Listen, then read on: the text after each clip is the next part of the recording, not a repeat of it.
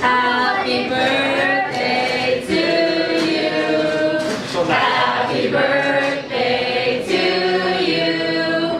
Happy birthday, dear Clay. Happy to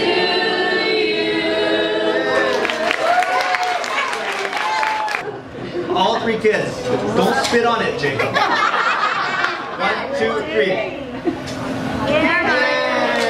Alright, this cake was done by our master cake maker, Nicole. So Nicole's concept was indeed my road to 40 that I've been on for the last 5 months. Just to introduce myself, my name is Julianne. I am Clay's sister-in-law. I was a really cute one in the little ballet bun. So, still cute. Okay. So we are going to have a couple speeches now that Clay has asked for his wedding, I mean his birthday.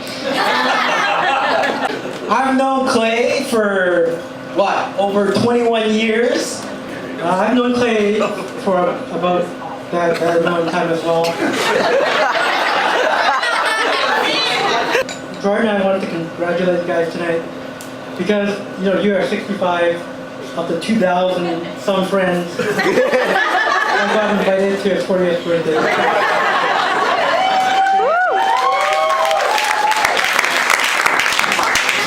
A couple of months ago, we were wondering if we would make the list, and also whether or not we would sell those tickets. First one we want to talk about. All right. Go ahead. Oh.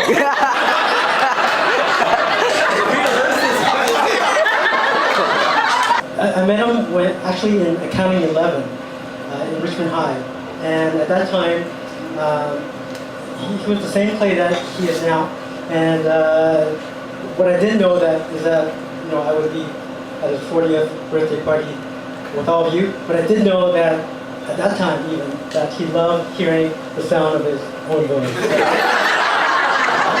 We went to Toronto back, I think it was 96. Much music. Yeah, much music. I think everyone knows the story already. It was Electric Circus, but there was another side story. After that, we went to a party. Basically, we went to this Miss Saigon after party, cast party. So Clay had a friend, a couple of friends, part of them, girlfriends, not girlfriends, lady friends, I should say, female friends, part of the party. The thing was, this party was not any old party. This was a pajama jamma party. This was I thought it was a pajama party, but it was more like a lingerie party. So what did Clay and I do as getting ready to go to this pajama party? But go and buy some pajamas. That's the first thing, because we obviously, well, yeah, we didn't have any pajamas. I mean, yeah, we had to go and buy some pajamas. And secondly, so we were kind of frugal, talking about the money thing. We said, let's go buy some pajamas. So we bought one set of pajamas. Top and bottom. Guess who wore the top? And guess who wore the bottom? Yeah, you wore the top, I think. Anyways, we got to the party. We got the best looking pajamas. You know, the striped flannel, checker, we're gonna fit right in. We got there, like I said, it was not a pajama party, it was a lingerie party. So we just, out of our element, and we were just like, okay, what are we doing here? Like, how did Clay and how did I get invited to this swanky, good-looking party? I think this is the only kind of party we've been to ever in our life. We're in ministry, as you know, right? Love to see his music videos. I mean, who would want to see Marie and Arielle and he all got all these good-looking people in this video. And, you know, even in his most recent video, I mean, he has, Yes, good friend Joseph over there, and we have a Michael Jackson impression of Charlie. If you've seen his latest video, all good-looking people, all good-looking people. But when it came to videos and his friends for over 20 years,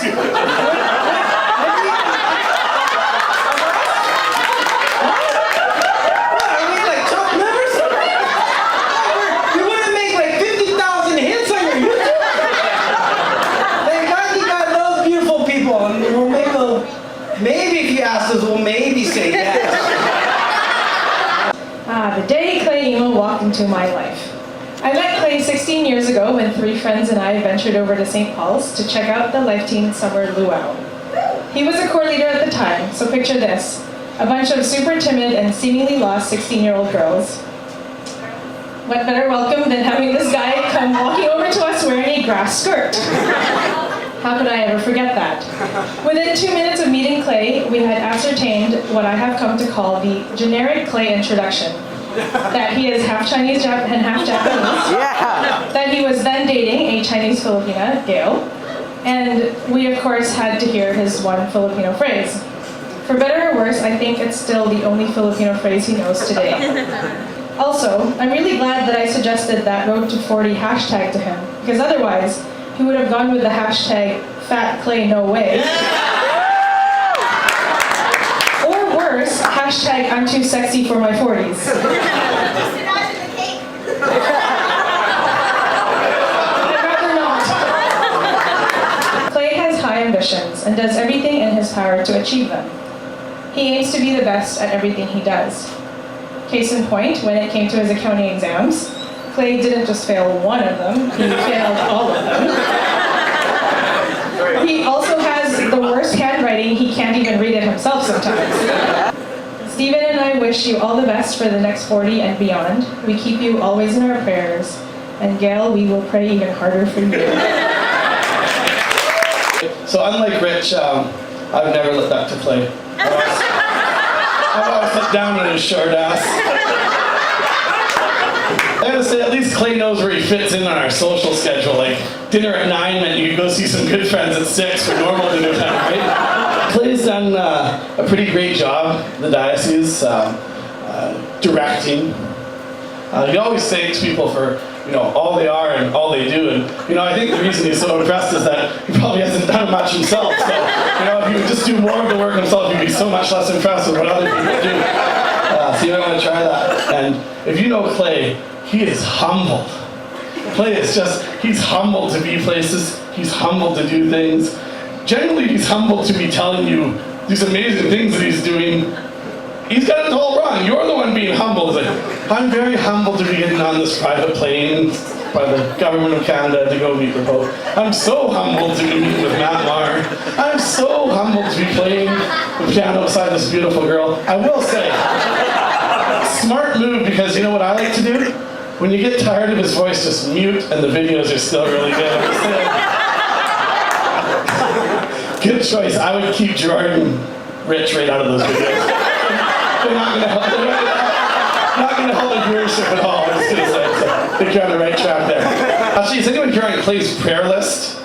Anyone? Lots of people that are my favorite thing, you get this reminder, which is important for someone like me whose memory's going. You always get a beautiful reminder of your day. But it's a really great thing. You don't just get your date. No, you get the whole list, and you get to see who's been added. I know for the longest time, I just watched the names added on and go, oh, please don't put someone like Matt Maher on my day. I can see how that's going to go. It's going to be, oh, God, thank you for Matt Maher. He's so great. What a great singer. All these different things. And the Hume family's in there, too. It was immediately clear to all of us, girls, that Clay had attention-seeking tendencies. So much so that our acronym for him was BFS, Big Fat Show Off. What does one do to be a BFS prior to the days of posting hourly updates on Facebook or making rap videos of oneself on YouTube channel?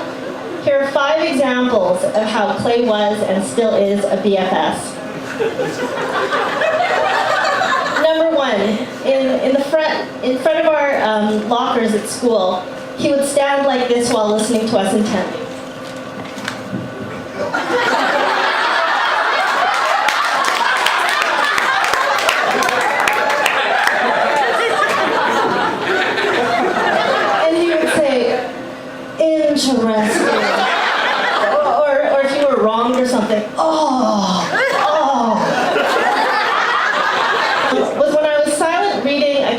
study in managerial accounting class. Clay and I had just become friends, and he took out a Walkman and asked me to listen to him and his guy friends sing a cappella. He then proceeded to sing next to me while I was listening to the tape of him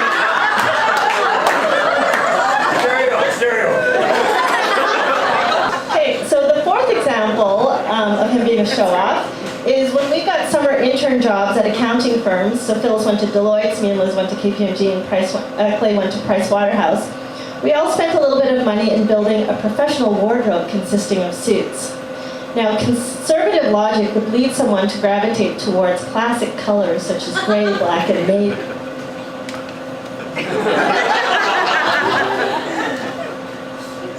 However, Clay invested in a green suit and a poo brown suit.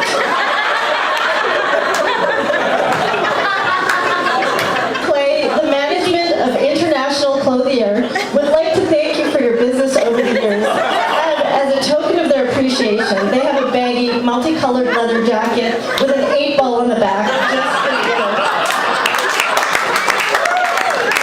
And the fifth example is how he planned his own 40th birthday party and his rose and buzzed his hair as with a flat top as a nostalgic tribute to himself.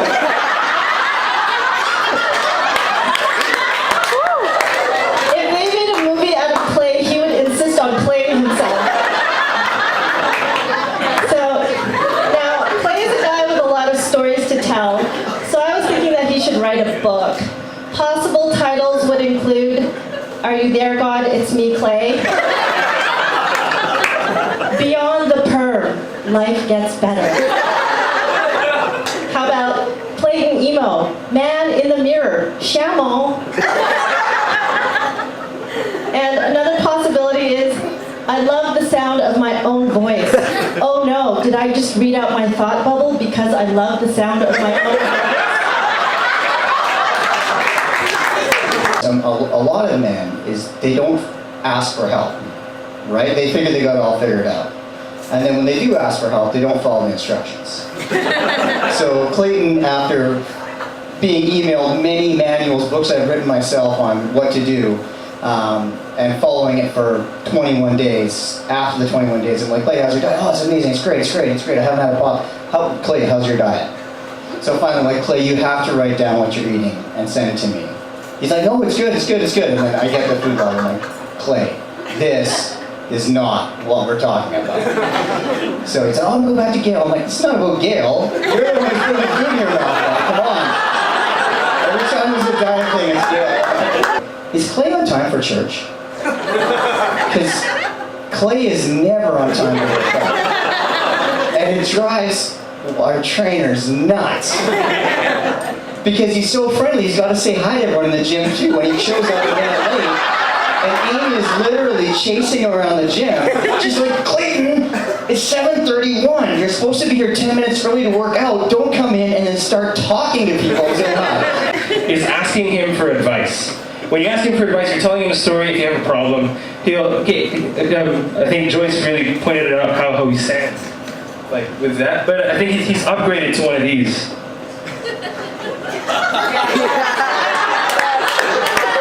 And so when you're sharing good news, like, hey Clay, I just got this new job, he'll go, good. Or if you have bad news, Clay, my mom just died. Good. Oh.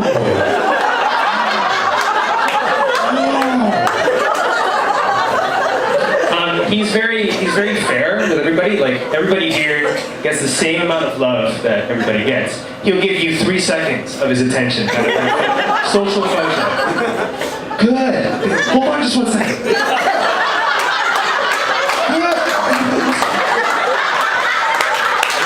Good.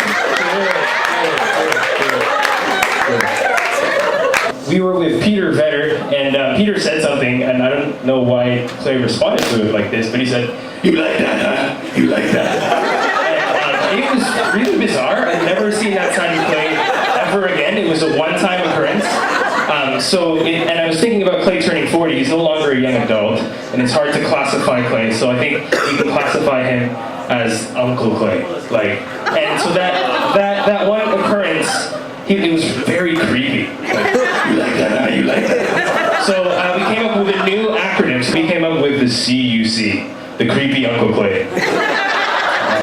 His name is Creepy Uncle Clay. He's always got hot Asian girls with him on YouTube. And notice that they're always Asian, not black, white, or brown. And notice that they're never but ugly as a clown. His name is Creepy Uncle Clay. He posts his videos on Facebook 312 times a day. And when the ladies won't pick up the phone to do a video on YouTube, CUC is stuck with me.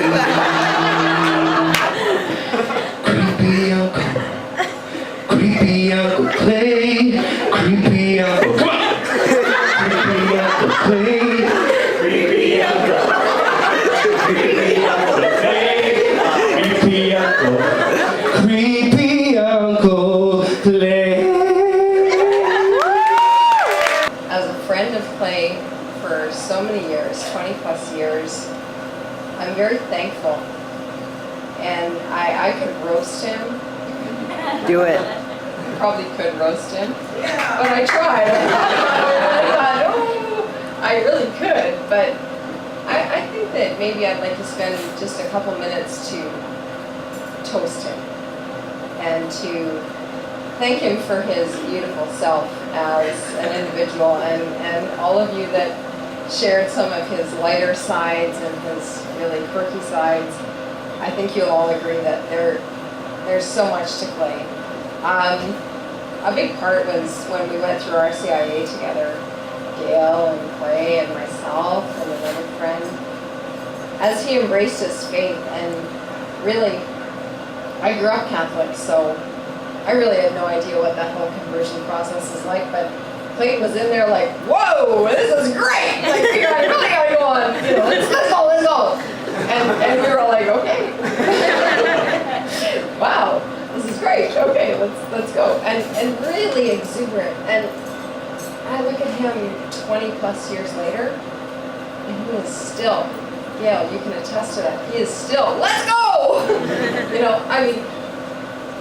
I don't think it's for any unforeseen reason that he didn't really make it in the accounting business. He had a lot of distractions, he had a lot of things taking his mind off of his studies, and God has a big plan. I don't know that I could see Clay ever sitting at a desk and crunching numbers.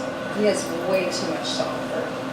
You should see all of the tweets and all of the times Clayton tries to get Matt Moore's attention by either calling him out and tagging him and having no response.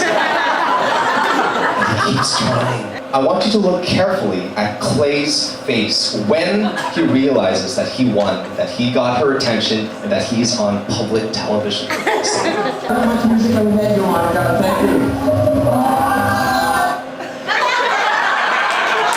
That is the face. That is Clay's winning face.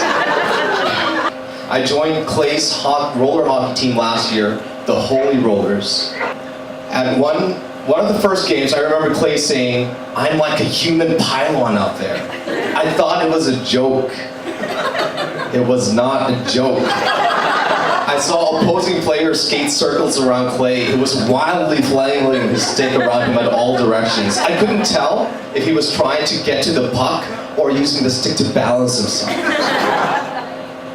Unlike the pylon, Clay could move, like a pylon on ice that was pushed. So, to be honest, I'm not a big fan of this new improved Clay. It changes things, it makes things different. Some people just can't handle that. I mean, what's next? His dancing ability? Next slide, please. I don't think that the world wants a better dancing Clay. We like what we've got with Clay and his dancing skills. Here are some clips of the moves that we love. Bust.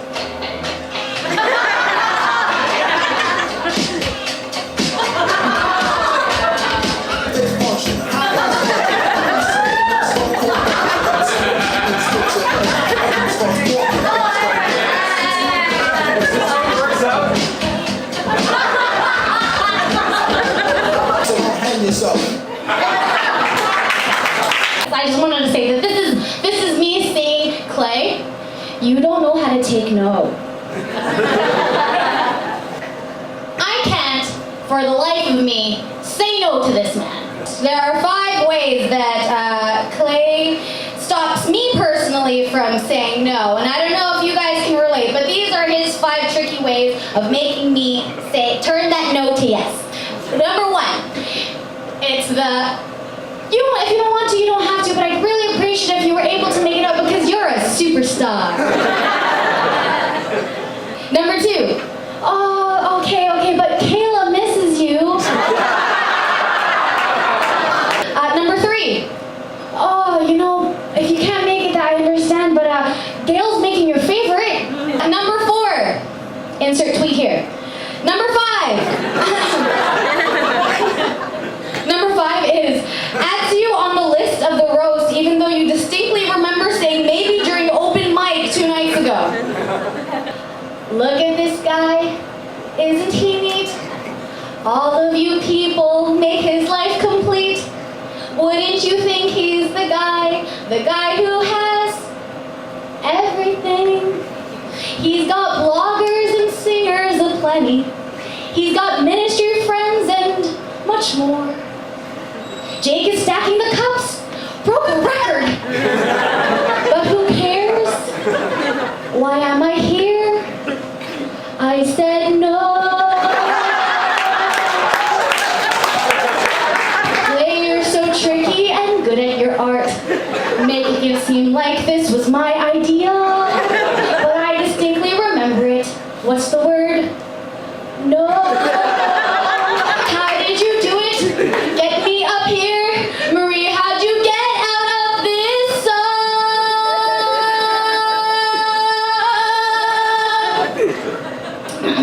Happy birthday. Road to 4-day. Shout out to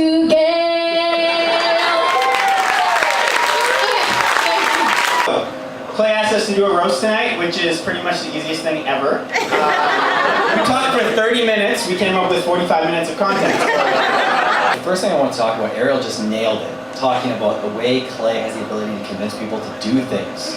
And that's really how our relationship started. I was an awkward 14-year-old boy in high school going to St. Paul's Church. I had no interest in going to Litam. But every week, this guy, this 24-year-old guy, kept coming up to me after Mass, and he knew my name. I don't know how he knew my name. He knew my name. He said, "Mike, come out to Litam tonight." And I thought he was kind of creepy at first, but he was just, his energy got me. And I was thinking, and then Oggy was talking about, Joseph was talking about creepy Uncle Clay, and I was thinking about it a little more. I'm like, that was a 24-year-old man who spent most of his Sunday nights trying to lure into a room by using snacks and ice cream. But Clay's nice guy attitude, it transfers over places that you wouldn't expect it to. Like the hockey rink. It's okay. So like Oggy said, Clay is on our hockey team. Now, I don't know if Clay was on crack when he asked us to join our hockey team. I don't know if we were on crack when we allowed Clay to join our hockey team. But someone was on crack, because Clay has now been on our hockey team for several years. And speaking of crack, Clay, I'm sick of seeing you crack when you fall down in my hockey all the time, okay?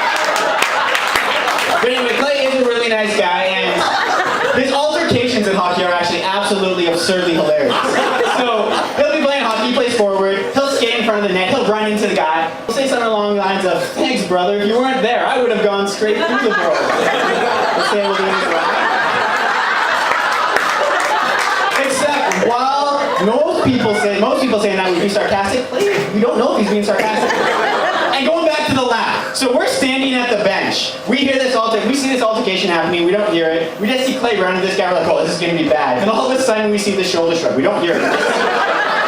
We're like, "Oh, okay, it's okay." Clay's laughing again. Who here has a Facebook feed that is 90% covered in stuff that Clay does, and 10% covered in stuff you actually care about? Clay name drops constantly, especially on Facebook. And to be fair, he's actually friends with a lot of those people. They just don't know it. Clay I wouldn't call it stalking. It's kind of a level below that, but I'm sure that Gail has felt uncomfortable at times with the amount of affection that Clay throws at Matt Maher. I have actually witnessed their relationship firsthand. And I have a witness, Allan. Where is Allan? Oh, you're right in front of me, sorry. Allan was there as well. So a couple of years ago, after a Canuck game, Matt Maher was in town to do a concert, and Clay, Allan, myself, and another friend of ours went and met up with Matt and his manager too, his bandmates, in Gastown for some beers. It was really cool. We had a great night. Afterwards, we go out. It's raining. We have to walk from Gastown to the Archdiocese office. It's a pretty long walk. Matt Maher's manager, he's a big shot, he's a rock and roll star, right? Calls up a limo. 8-person limo rolls up a couple of minutes later. I'm like, this is awesome. We're rolling with rock stars getting in a limo. This is a true story. Ask Annalyn. So the band gets in, manager first. Matt Maher's the fourth person in, Clay's right behind him. Matt Maher gets in. See you guys later. Shuts the door in Clay's face. No lie. It was an 8-person limo. There were 4 of them and 4 of us. We were all going to the same place. Loving. Patient. Kind. Long-suffering. These are all words that I think of when I think of Clay's wife, Gail. When I sat down to think about it, I'm like, so much has changed in the last 15 years. I mean, Clay had kids. That was actually the only one I could think of. Everything hasn't changed. Look at his hair. Okay, that's not true. He did get a lot fatter and then he got skinnier. But the world around him has changed, even though he hasn't. Since he got married, social media exploded, as everyone's touched on, and he's really active on Facebook, YouTube, Instagram, and of course Twitter. And a few of his tweets, they've actually become trending topics. But I'll tell you what's not trending is his outfit. Lesson number 5. If you need some instant credibility, just name drop someone famous you know. Did you guys all know that Clayton knows Matt Maher? Did anyone here know that? Did anyone else also know that he was mentioned in the liner notes to one of Matt Maher's songs? Of course you know that. Everyone knows that. Lesson number 4. This one's also from the early years, phone manner. So for this one, I think I'm going to have to go into Clay imitation mode. So we can just... If a guy is phoning and Clay picks up the phone, it's going to sound something like this. Hello? Hey, what's up? Guys, you probably all heard that, right? But if it's a girl phoning, the answer would sound more like this. Hello? Oh, hi, how are you? Two totally different voices. Lesson number 2, there's nothing wrong with wearing clothes that you've owned since grade 8, but it helps if you haven't grown since grade 8. I'm sure that if we, instead of making this a roast, if we said, hey, let's all talk about good things about Clay, we would be here until like 4 in the morning instead of midnight. Because that's the type of guy he is. He truly, truly loves well. And this is a room full of people who have been positively impacted by you. Most of us, all of us, in life-changing ways.